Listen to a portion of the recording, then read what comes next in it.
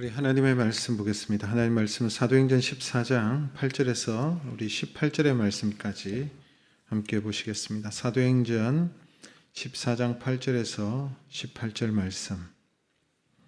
우리 한 목소리로 함께 합독하시겠습니다. 루스드라에 발을 쓰지 못하는 한 사람이 앉아 있는데 나면서 걷지 못하게 되어 걸어본 적이 없는지라. 바울이 말하는 것을 듣거늘 바울이 주목하여 구원받을 만한 믿음이 그에게 있는 것을 보고 큰 소리로 이르되 내 발로 바로 일어서라 하니 그 사람이 일어나 걷는지라. 무리가 바울이 한 일을 보고 루가오니아 방언으로 소리질러 이르되 신들이 사람의 형상으로 우리 가운데 내려오셨나이다 하여 바나바는 제우스라 하고 바울은 그 중에 말하는 자이므로 헤르메스라 하더라. 시외 제우스 신당의 제사장이 소와 하완을 가지고 대문 앞에서 무리와 함께 제사하고자 하니 두 사도 바나바와 바울이 듣고 옷을 찢고 무리 가운데 뛰어들어가서 소리질러 이르되 여러분이여 어찌하여 이러한 일을 하느냐. 우리도 여러분과 같은 성정을 가진 사람이라. 여러분에게 복음을 전하는 것은 이런 헛된 일을 버리고 천지와 바다와 그 가운데 만물을 지으시고 살아계신 하나님께로 돌아오게 함이라. 하나님이 지나간 세대에는 모든 민족으로 자기들의 길들을 가게 방임하셨으나 그러나 자기를 정언하지 아니하신 것이 아니니 곧 여러분에게 하늘로부터 비를 내리시며 결실기를 주시는 선한 일을 하사 음식과 기쁨으로 여러분의 마음에 만족하게 하셨느니라 하고 이렇게 말하여 겨우 무리를 말려 자기들에게 제사를 못하게 하니라. 아멘. 할렐루야. 네, 오늘은 성령 강림 주일입니다. 교회 절기상 성령 강림 주일인데 우리 그런 의미에서 앞뒤 좌우로 계신 분들에게 이렇게 한번 인사하시겠습니다. 성령 충만합시다. 이렇게 한번 인사하시겠습니다. 성령 충만합시다. 네, 아멘. 네, 오늘부터 다시 사도행전 강해를 시작하려고 합니다. 38번째 우리 진짜 위기라는 주제를 가지고 함께 말씀을 듣기를 원합니다.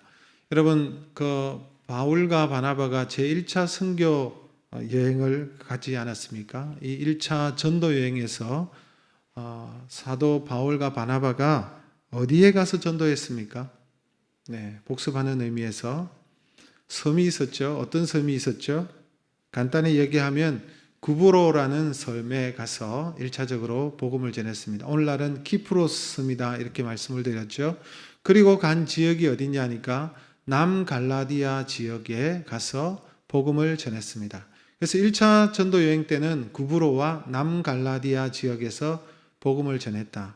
그래서 여기서 복음을 전하고 돌아오고 난 다음에 기록한 서신이 있어요. 자신이 전도하고 돌아왔던 그 지역에다가 편지를 보냈죠. 그 편지가 어떤 편지입니까?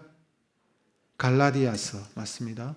갈라디아서를 이 갈라디아 지역에 복음을 전하고 난 뒤에 갈라디아서를 기록해서 보내었던 것입니다.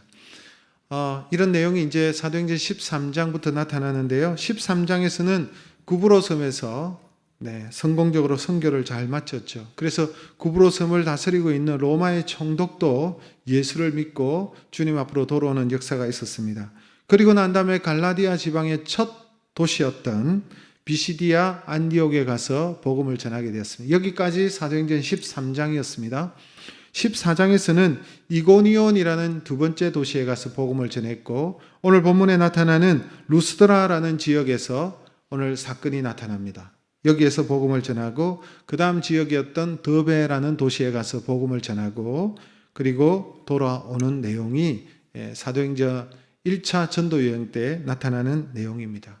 14장에서의 주 내용은 이고니온과 루스드라라는 이 지역에서 복음을 전한 내용이 주 내용이고요. 더베라는 지역은 잠시 머물다가 돌아오는 그곳에서도 물론 복음을 전했지만 잠깐 지나가는 곳으로 묘사되고 있습니다. 우리가 이미 살펴보았던 대로 사도행전 14장 1절에서 7절의 내용에 보면 이고니온 지역에서 복음을 전했죠. 두 번째 도시, 남갈라디아의 두 번째 도시 이고니온에서 복음을 전했는데 여기에 선교에 큰 반대가 일어난 것을 우리가 알고 있는데요. 복습하는 의미에서 사도행전 14장 1, 2절의 말씀을 다시 한번 읽도록 하겠습니다. 이에 이고니온에서 두 사도와 함께 유대인의 회당에 들어가 말하니 유대와 헬라의 허다한 무리가 믿더라. 그러나 순종치 아니하는 유대인들이 이방인들의 마음을 선동하여 형제들에게 악감을 품게 하거늘. 여러분, 이 이고니온 지역에 들어가서 복음을 전할 때 복음의 열매가 있었어요. 그런데 순종치 아니하는 유대인들이 선동을 일으켜 가지고 이방인들에게 선동을 일으켜서 악감을 품게 만들고 바울과 바나바를 쫓아내는 그런 일이 일어났습니다. 여기 선동이라는 말이 눈에 들어오는데요. 선동의 방법은 이게 마귀의 방법입니다. 여러분, 선동의 방법으로 나아가는 것을 보면 우리가 조심해야 돼요. 왜냐하니까 진리는 진리 그 자체에 힘이 있기 때문에 선동의 방법을 사용하지 않습니다. 하나님께서 복음을 전할 때에 선동적으로 이렇게 복음을 전하는 경우가 없어요. 근데 여러분, 이 선동이라는 것은 진리에 근거한 것이 아니고 어떤 이유와 목적을 가지고 그렇게 여러분 바람을 일으키는 것이죠. 여러분 잘 아실 두 인물을 한번 대비해 보면 마틴 루터 킹 목사님이 있었고 히틀러라는 분이 있었죠. 히틀러 다 아시는 분들 아닙니까? 마틴 루터 킹 목사님은 설교가였고 이 히틀러는 선동가였습니다. 마틴 루터 킹 목사님은 미국 인권 운동을 일으켰던 분인데 하나님의 말씀에 근거해서 복음에 근거해서 여러분 말씀을 전했고 그 가운데 유명한 역사의 길이 남을 연설이 설교문이 있었죠. I have a dream이라고 나는 꿈이 있습니다 라는 설교문이 있습니다. 이 설교로 말미암아 수많은 사람들이 감동을 받았고 희망을 받았습니다.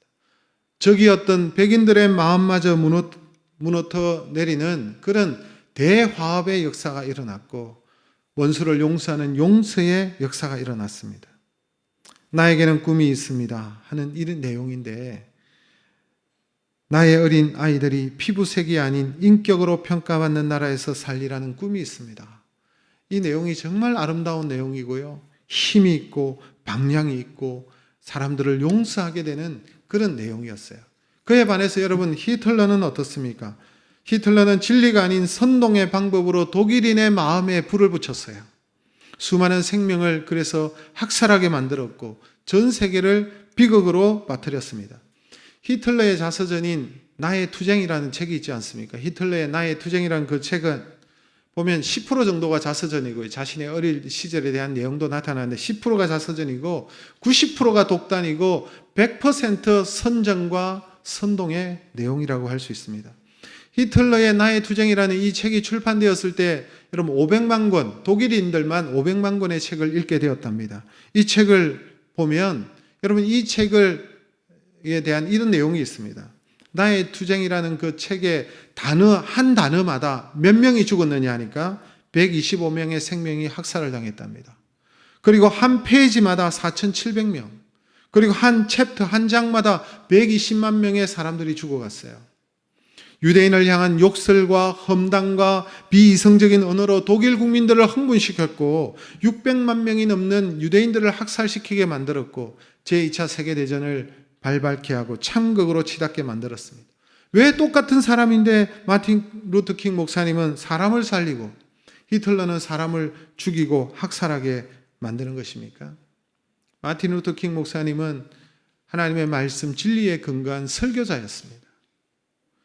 히틀러는 그에 반해서 선동가였죠. 설교자의 목표는 생명을 살리는 거예요.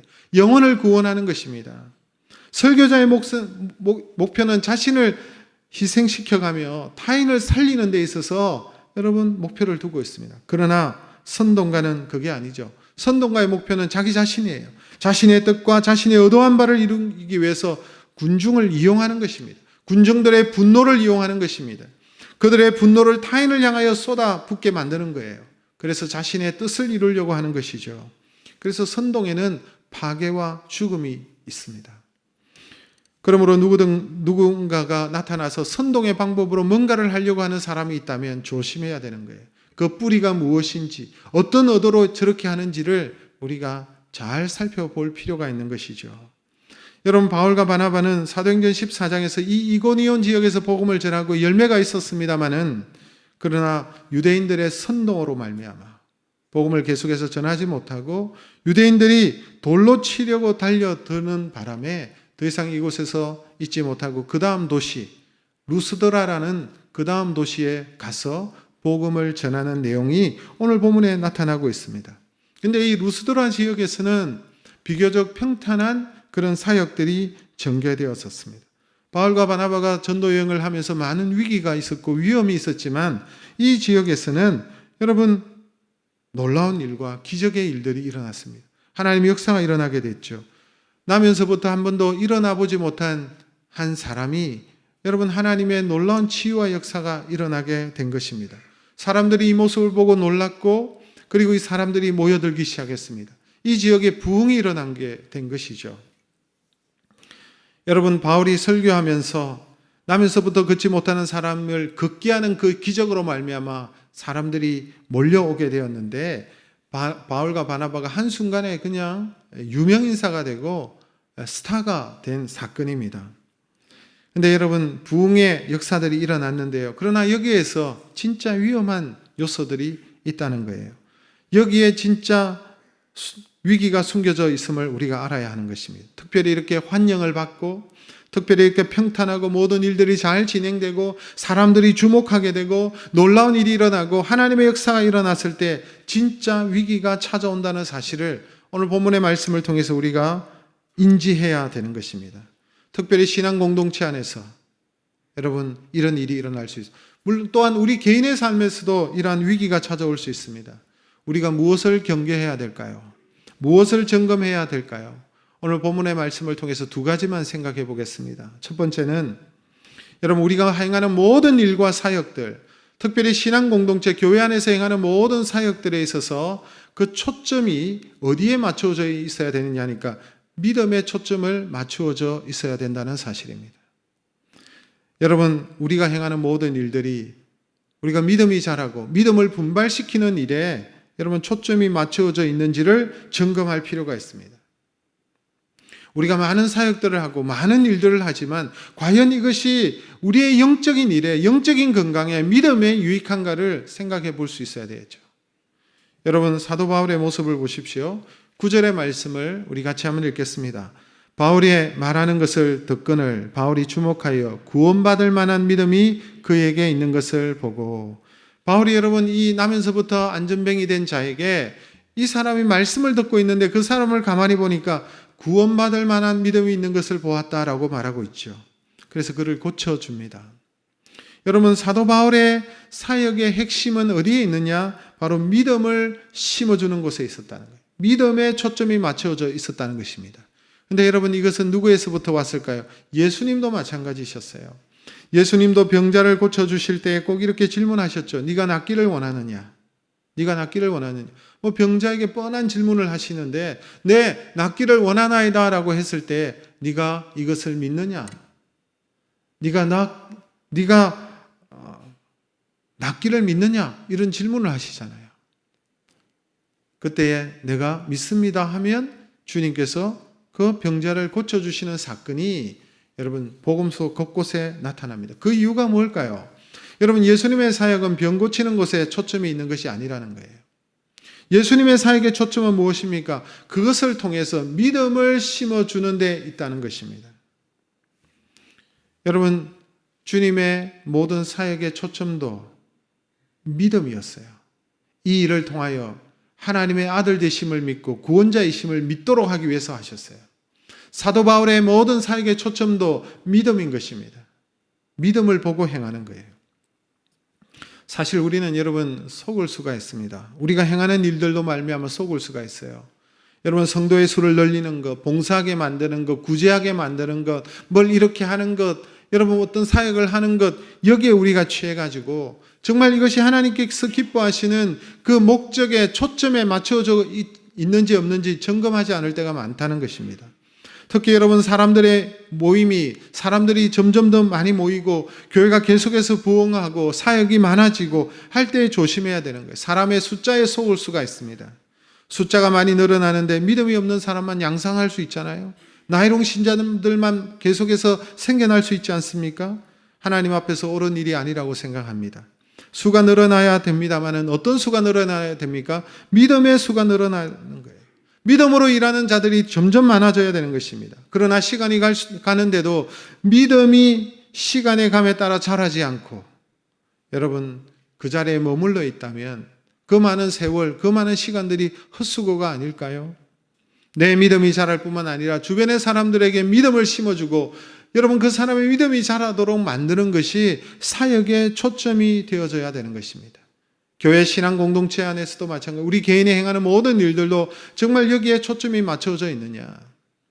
여러분 우리가 코로나19로 말미암아 비대면 예배를 한동안 드렸습니다. 지금도 사실은 이런저런 이유와 염려 때문에 그리고 아직도 이 코로나가 종식되지 않았기 때문에 가정에서 자녀들과 예배를 드리고 있는 분들이 아직도 많이 계십니다.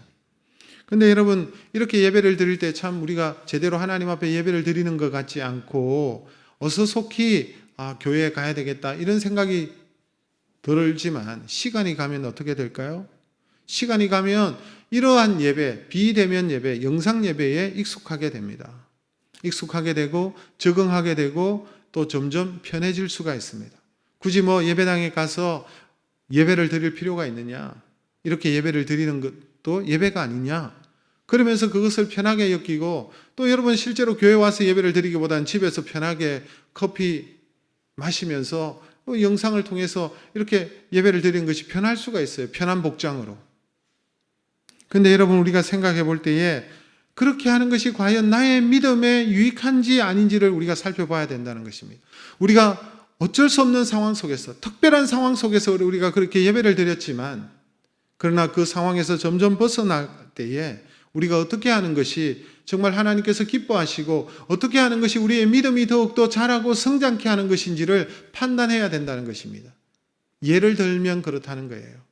우리가 행하는 모든 일들도 마찬가지입니다. 우리가 하나님 주신 삶의 터전에서 행하는 일들이 하나님이 기뻐하시는 일인지 나의 믿음을 더욱더 여러분 또 성장시키는 일인지 어떻게 하는 것이 옳은 것인지를 우리가 판단해야 되겠지요.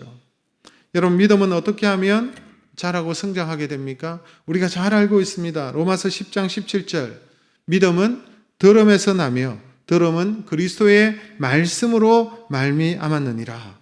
왜 교회가 여러분 자나깨나 말씀 하는지 여러분 아시죠? 그 이유는 말씀 때문에 이 말씀이 심겨져야 믿음이 자라기 때문에 그렇습니다. 그래서 말씀을 붙잡아야 되는 거예요. 여러분 우리가 하나님의 말씀을 듣고 순종할 때에 믿음이 자라게 되어져 있습니다. 그래서 여러분 잘하는 목회가 뭘까요? 목사가 여러분 해야 되는 가장 중요한 여러분 목회의 방향이 무엇입니까? 말씀이에요. 말씀을 가르치고 말씀을 심고 말씀으로 훈련시키고 그래서 성도들이 말씀에 묶여 있도록 말씀 안에 거하도록 말씀 앞에 순종하고 말씀으로 걸어가도록 진리 앞으로 걸어가도록 만드는 것이 잘하는 일인 것입니다. 여러분 말씀만이 우리의 삶을 변화시키고 인생을 바꿀 수가 있습니다. 사람의 말도 감동을 주고 어떤 사람의 말도 여러분 위로가 되고 어떤 그 사람의 말 한마디로 웃게 만들고 여러분 그런 효과가 있지만 진짜 우리의 삶의 변화는 하나님의 말씀을 들을 때에 그 삶의 변화가 일어나는 줄로 믿습니다. 여러분 바울이 안전뱅이 걷지 못하는 자를 보니까 구원받을 만한 믿음이 있었다 그랬어요.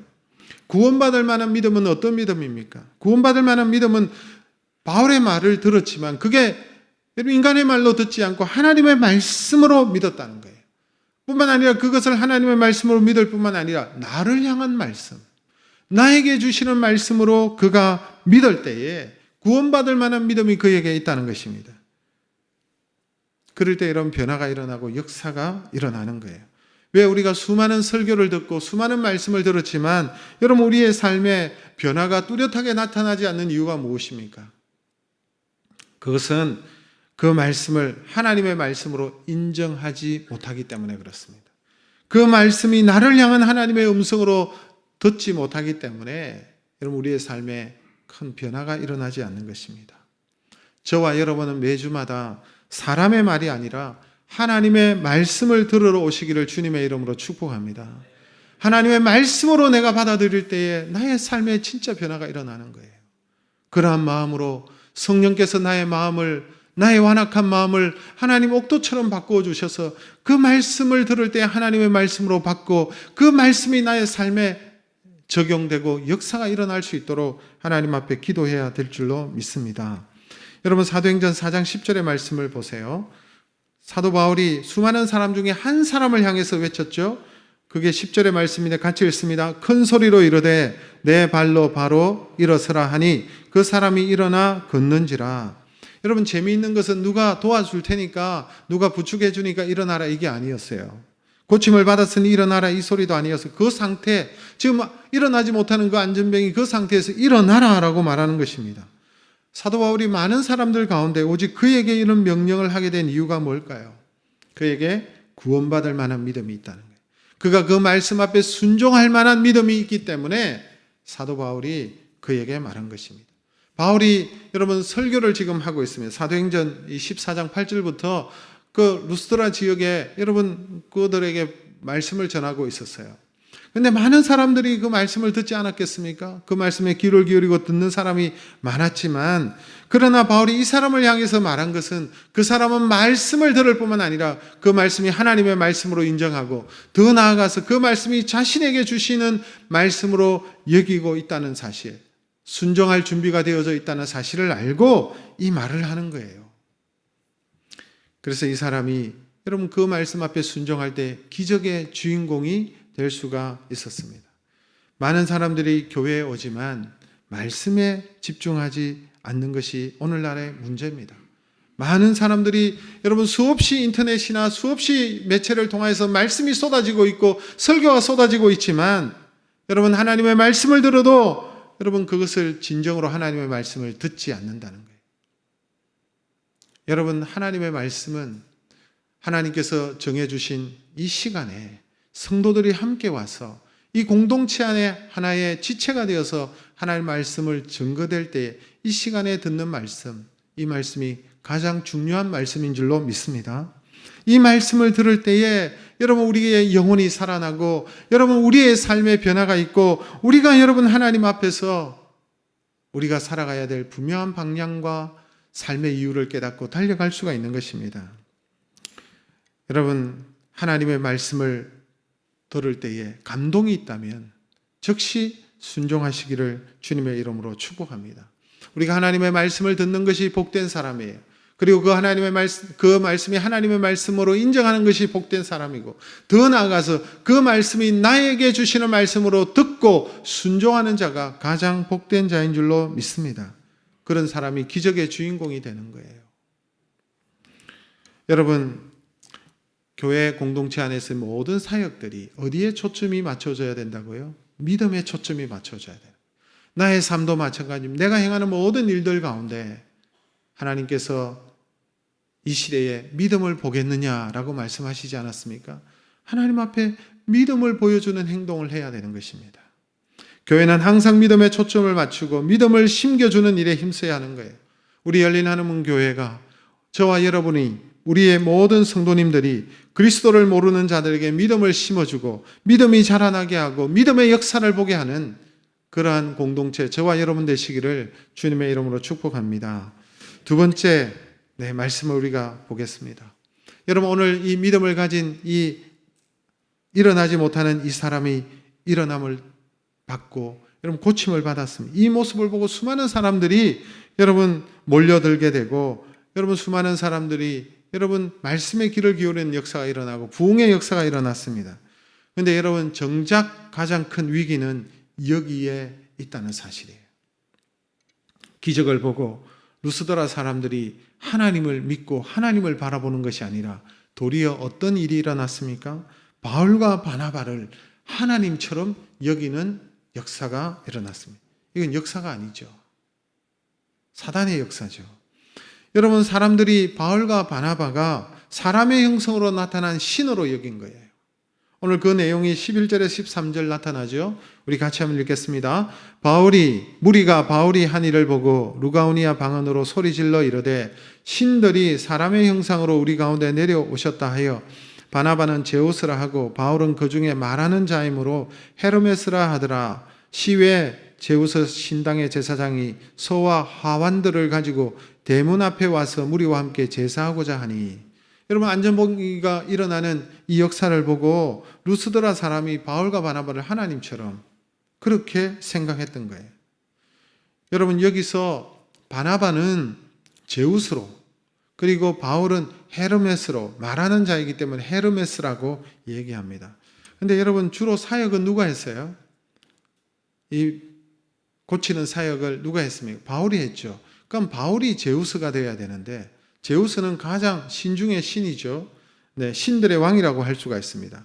그런데 바나바를 제우스로 여기고 바울을 여러분 헤르메스, 말하는 자로, 대변인, 이 말하는 대변인입니다. 헤르메스.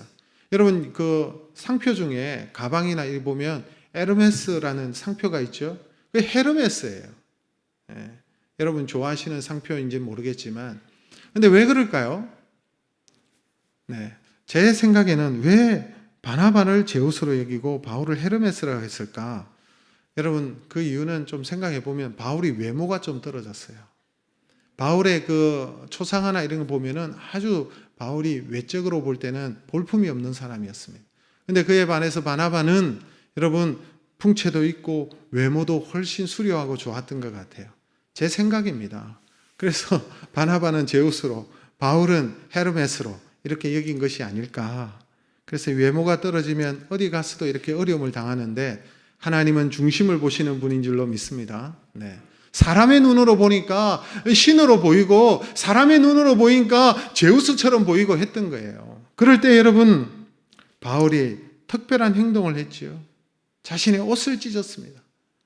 그리고 소리를 질렀습니다. 14절에 보니까 왜 옷을 찢었을까요? 왜 내가 제우스가 되어야 되는데 왜 나보고 헤르메스라고 하느냐? 그래서 그랬을까요? 그게 아니죠.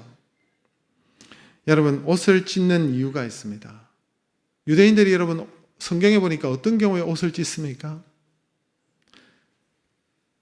여러분, 아주 슬픈 일을 만났을 때, 비극을 만났을 때 옷을 찢습니다. 그리고 자신이 하나님 앞에 큰 죄를 범했을 때 자신의 옷을 찢죠. 마음을 찢고 옷을 찢는 행위가 있습니다. 여러분, 바울이 지금 여기서 옷을 찢고 있는 거예요. 왜냐? 사도 바울은 지금까지 많은 위기와 어려움을 겪었지만 지금 이곳이 가장 위기라고 생각했기 때문에 그렇습니다. 바울이 죽을 뻔한 적도 있고 병에 걸린 적도 있고 여러분 산과 강의 위험을 당한 적도 있고 많은 위험을 겪었지만 그때 옷을 찢지 않았어요. 그러나 이 순간에 자신의 옷을 찢고 있습니다. 그 이유가 이 순간이 가장 큰 위기이기 때문에 그래요. 여러분, 어떤 위기입니까? 사람들이 자신들을 숭배하려고 하기 때문에 우상화의 위기입니다. 여러분, 사람에게 지금 주목하려고 하잖아요.